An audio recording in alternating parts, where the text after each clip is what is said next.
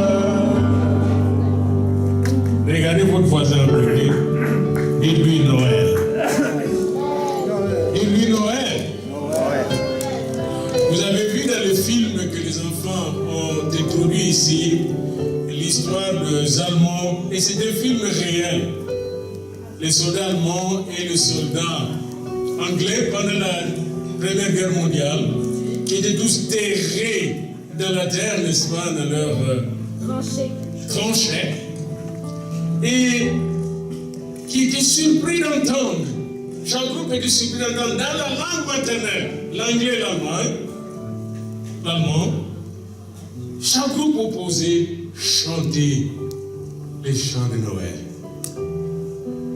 Et alors, lorsque ces chants commençaient à tourner d'étrangers, tout le monde commençait à sortir pour aller rencontrer l'autre. Parce qu'ils savaient que le fusil n'allait pas résonner en ce moment précis.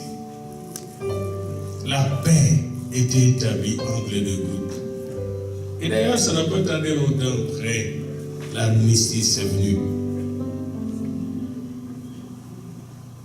Quand j'ai vu les petits-enfants jouer cela, ces pièces, toutes les pièces qu'ils ont jouées, monter sur l'estrade, donner tout leur effort pour nous égayer ici, j'ai regardé la paix qu'ils avaient, la joie qu'ils avaient.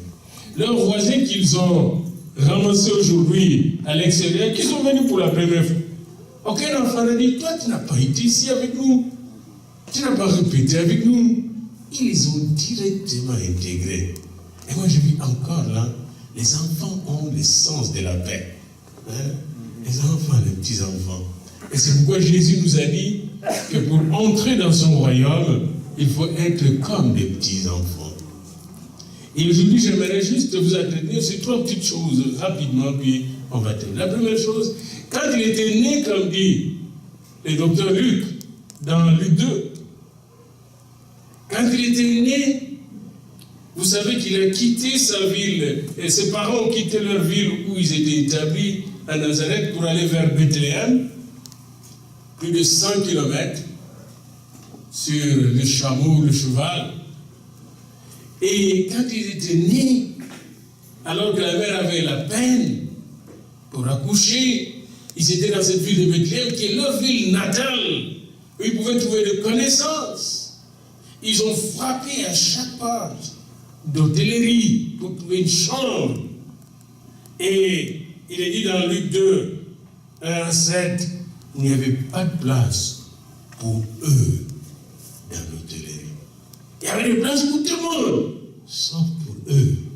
Il n'y a pas de place. Et là, je me suis posé une question quand je voyais les petits-enfants. Vous avez vu les petits-enfants? Il y avait des places pour eux. Dans eux, il y avait la place pour le Seigneur.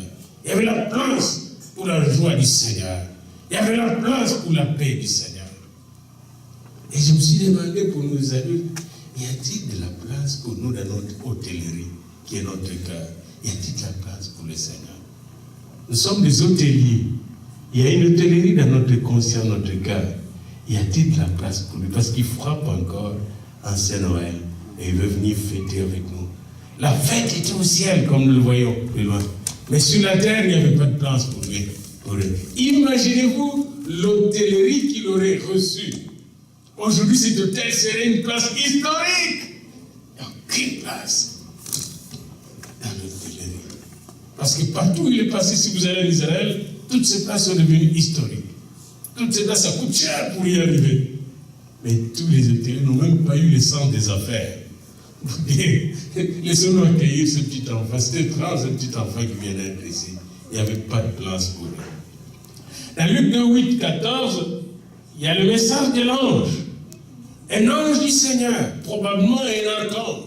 Peut-être que c'était Gabriel, mais ici on dit un ange du Seigneur. C'est un ange très important, un chef des anges, qui arrive et au lieu d'aller chez les hôteliers, au lieu d'aller chez le roi, les empereurs, il vient chez le berger et leur annoncer une bonne nouvelle.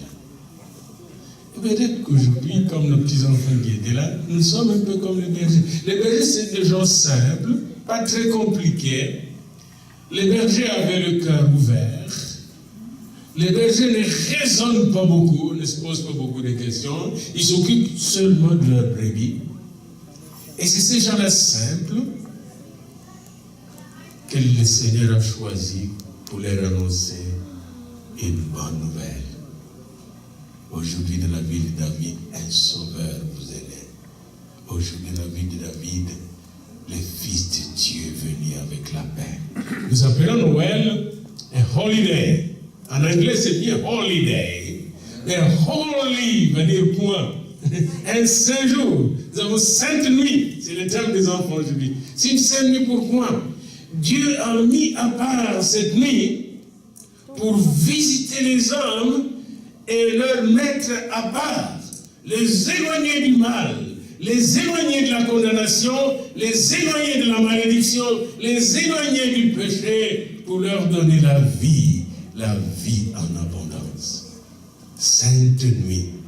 C'était une nuit de lumière pour le berger. Pour le berger, la nuit est une nuit lumineuse. Combien de fois nous avons besoin de petites lumières dans notre nuit? Et la seule façon d'amener dans notre nuit d'angoisse, dans nos nuits de problèmes, la lumière, c'est d'accepter la bonne nouvelle. Dieu nous a envoyé un sauveur. Et ce qui est intéressant, et pour terminer, les bergers ne sont pas restés à contempler cette lumière. après le départ de l'ange. Et comme ils ont vu une armée d'anges, il est dit qu'il y a une armée d'anges, ils ont vu quel privilège. Aujourd'hui, nous autres, nous fabriquons les anges, nous essayons de les dessiner, on ne le voit pas. Mais eux ont vu, ils ont vraiment vu une armée d'anges qui chantait.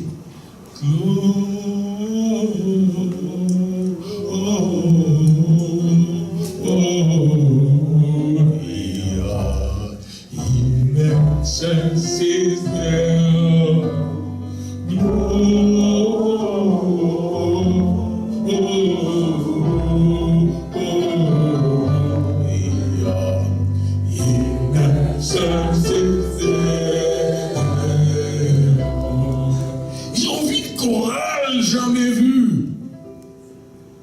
Et ils ont dit, allons voir pourquoi cette chorale a chanté. Parce que nous aussi, on veut que ces chants-là deviennent notre chant. Parce que quand la chorale chantait, eux, ils contemplaient, ils regardaient cette lumière éternelle qui brillait dans leur forêt, dans leur savane plutôt. Et je pense que même leur brebis étaient en train de danser devant les anges. Ils ont dit, mais allons voir celui qui a fait danser nos brebis. Vous savez, pour que c'est un travail dur qu'il faisait la nuit. Hein? Mais non, Dieu a arrêté le froid, il a arrêté l'angoisse, il a arrêté le souci d'avoir des loups qui viennent attaquer le brebis pour leur faire chanter un peu la joie. Ils ont vu que le ciel était sur terre. Et ils ont dit, allons voir. Et ils sont allés, ils ont vu l'enfant. Moi, je n'ai pas vu l'enfant Jésus aujourd'hui. Mais quand je voyais les petits enfants ici chanter, pour moi c'était un bon petit cadeau de Noël. Juste voir ces petits enfants qui avaient un cœur si simple, si pur. Et tous ils chantaient, quand ils ont chanté le symbole des apôtres, I believe, puis j'ai regardé, même ceux qui ne viennent pas régulièrement ici, mais quand ils chantaient vraiment, they believe. I believe. Et ça va leur marquer. Je bénis Dieu pour ceux qui ont amené des caméras pour filmer ça et répéter ça à vos enfants régulièrement. Peut-être que c'est la chose qui va les marquer le plus. Parce que je me souviens encore, quand j'étais devenu presque athée, je vais terminer là, presque athée, alors que je faisais la philosophie à l'université, la seule chose qui m'a suivi jusque dans ma chambre d'université, alors que je devenais marxiste, je rejetais toute religion occidentale, parce que c'était comme ça dans les années 70, on rejetait tout ce qui sentait Occident, colonisation, multinationale, etc. C'est les bourgeois qui sont venus nous dominer en Afrique, puis on rejetait tout. La seule chose qui m'a sauvé, c'est des temps comme ça que je passais avec mes parents, les missionnaires, les temps de Noël avec la parole de Dieu, qui m'accompagnait jusque dans la chambre, là où j'étais, et je répétais moi-même, presque en pleurant, c'est lui qui est le Fils de Dieu à la vie éternelle. C'est lui qui n'a pas le Fils de Dieu, n'a pas la vie éternelle. 1 Jean 5,12. Et ça m'a sauvé de l'athéisme. Ça m'a ramené à la foi de la crèche. La foi de la crèche, c'est une foi simple qui donne la paix et la joie. Amen. Amen.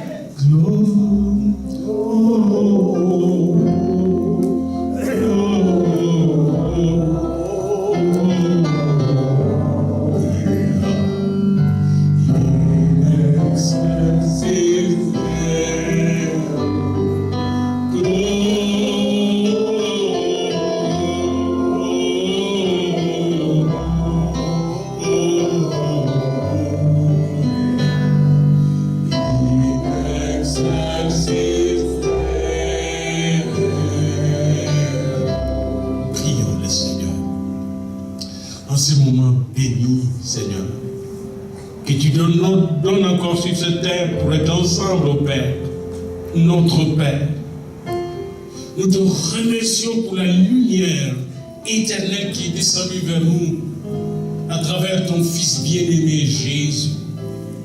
Et nous te prions, Seigneur, pour que cette lumière nous pénètre profondément aujourd'hui, cette lumière de paix, de joie, d'amour. Cette lumière qui donne la vie éternelle en Christ, la vie.